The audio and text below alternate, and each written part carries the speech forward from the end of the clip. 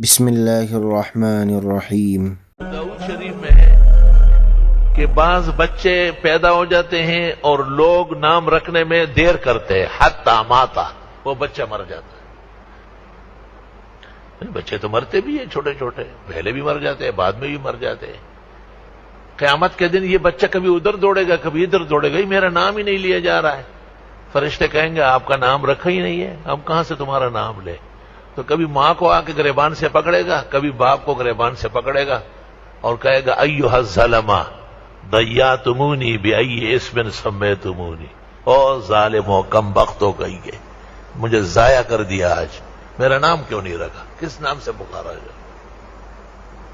ہر چیز کو تھوڑا سا سمجھتے ہیں، ہر چیز کو سمجھتے ہیں، بس ہم فرشتے، ہم جو کچھ کرتے ہیں دیوبند کے شیخ الحدیث کر رہے ہیں۔ یہ کبھی نہیں سوچتے کہ ہم فحش خطا میں لگے ہوئے ہیں اور نہایت گمراہانہ کردار ہمارا ہے۔ اس لیے تو کبھی ادھر سے جھٹکا لگتا ہے کہ جب آپ لکھے پڑھے اور لکھائی پڑھائی پر فخر اور لاکھوں روپوں کے تنخواہ دفتر اور اپنے مارکیٹوں کو اور کارخانوں کو لوٹ لاٹ کے لیتے ہو، اور تمہارا یہ حشر ہے تو وہ جنگلوں میں ہو، پہاڑ میں ہو، چترال اور گلگتوں میں ہو، کوہستان میں ہو، نورستان میں، جن غریبوں کا کچھ پتہ ہی نہیں ہے، ان سے کتنی غلطیاں، فحش خطائیں ہو رہی ہوگی۔ علماء نے ایک عجیب بات لکھی ہے کہ ویسے تو اجازت ہے کہ 7ویں دن عقیقہ ہو اور نام کا اعلان کیا جائے، لیکن اس کو تسمیہ کہتے ہیں، نام پکا کرنا۔ نام تجویز قبل الولاد بھی ہو سکتا ہے، پیدائش سے پہلے بھی کہ اللہ نے بیٹا دیا تو نام محمد رکھیں گے، احمد رکھیں گے، حامد رکھیں گے، محمود رکھیں گے۔ یہ جو پہلے کی تجویز ہے، علماء دین کہتے ہیں اگر بچہ مر گیا یا مرا ہوا پیدا ہوا تو یہ بھی کافی ہے۔ فتاوی قاضی خان میں ہے کہ وہ بچہ جو مرا ہوا پیدا ہوتا ہے، سانس نہیں لایا، اس کے احکام نہیں ہے، نہ نام ہے، نہ غسل ہے، ایسے ہی دھونا ہے، نہ کفن ہے، کپڑا ڈالنا ہے، نہ جنازہ ہے، قبرستان میں ویسے ہی کھڈا کھود کے رکھنا ہے بوجہ انسانیت کے۔ تو علماء دین کہتے ہیں کہ یہ ماں باپ کا اس طرح کا ہے، ذرا سن لو، یہ بھی ماں باپ تھے جن کی یہ عقل و شعور تھا کہ افسوس یہ بچہ ناتمام پیدا ہوا اور سانس نہ لا سکا، اگر یہ پورا اور سانس لے کے آ جاتا تو ہم اس کا نام یہ رکھ لیتے، فرشتے نوٹ کر لیتے، چٹپٹ سے ساتھ لگا لیتے۔ یہ ماں باپ نے جو یہ بات اب کہی کہ یہ بچہ ہمارا پورا پیدا ہی نہیں ہوا، یہ سانس لایا ہی نہیں، جس کی وجہ سے نہ اس کا غسل ہے، نہ نام ہے، نہ جنازہ ہے، نہ باقاعدہ کفن ہے، نہ تدفین ہے، تو اگر یہ صحیح سلامت زندہ پیدا ہو جاتا تو ہم اس کا نام رکھ لیتے، اور وہ نام جو منہ سے نکال لے تو اس سخت اور ناتمام اور لوتڑے کو بھی جب جان دی جائے گی قیامت کے دن تو فرشتے وہ نام نکال لیں گے، ہاں بھئی ایک نام تجویز ہو رہا تھا، یہ تیرا ٹھیک رہے گا، مرحبا اہلا و سہلا۔ دین کتنا پورا ہے اور حرکتیں اپنی دیکھ لو کہ کتنی ادھوری ہے۔ دین کس کمال کا ہے اور کس شرف و اعزاز کا ہے، اور یہ چل کس روڈ پر روانہ دواں ہے جس کا انجام ہی جہنم اور تباہی اور بربادی ہے۔ کہتے جی یہ بچے ہیں، یہ صرف آپ کے بچے ہیں اور آپ اس کے باپ ہیں، ایسے کاغذی اور ٹیلی ویژن سے نکلا ہوا، ادھر دیکھو باپ کا حال۔ بخاری شریف میں ہے کہ حضرت جبریل نے آپ سے وعدہ کیا کہ میں ظہر سے پہلے آ جاؤں گا، مثلا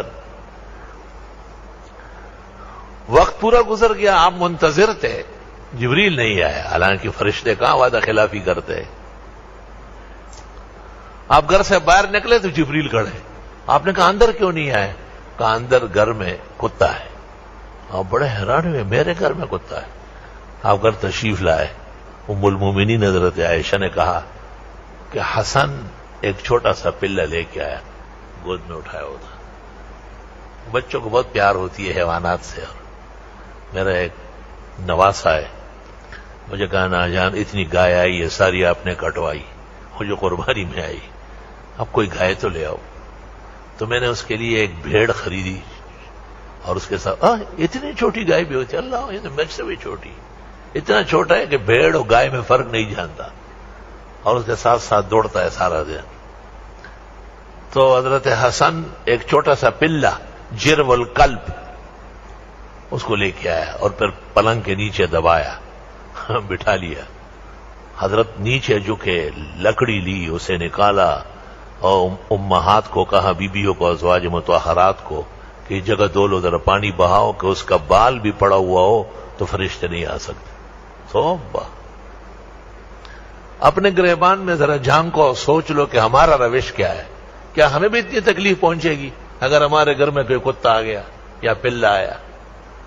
بچہ حضرت حسن کی عمر وفات رسول کے وقت 8 سال ہے، تو یہ وفات کے دنوں کا واقعہ تھوڑی ہے، 3-4 سال کا بچہ ہوگا، لیکن فعل معاف نہیں ہے، گرفت برقرار ہے اس میں۔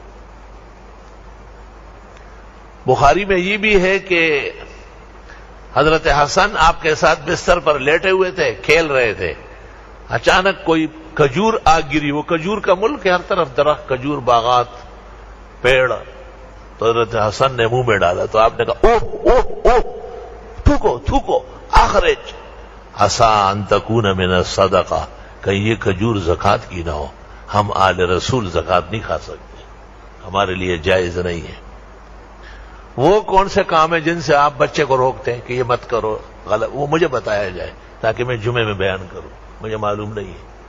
یہ تو بچے کو ایسا چھوڑ دیتے جیسے معاذ اللہ واستغفر اللہ اس کا بیٹا ہے ہی نہیں ہے۔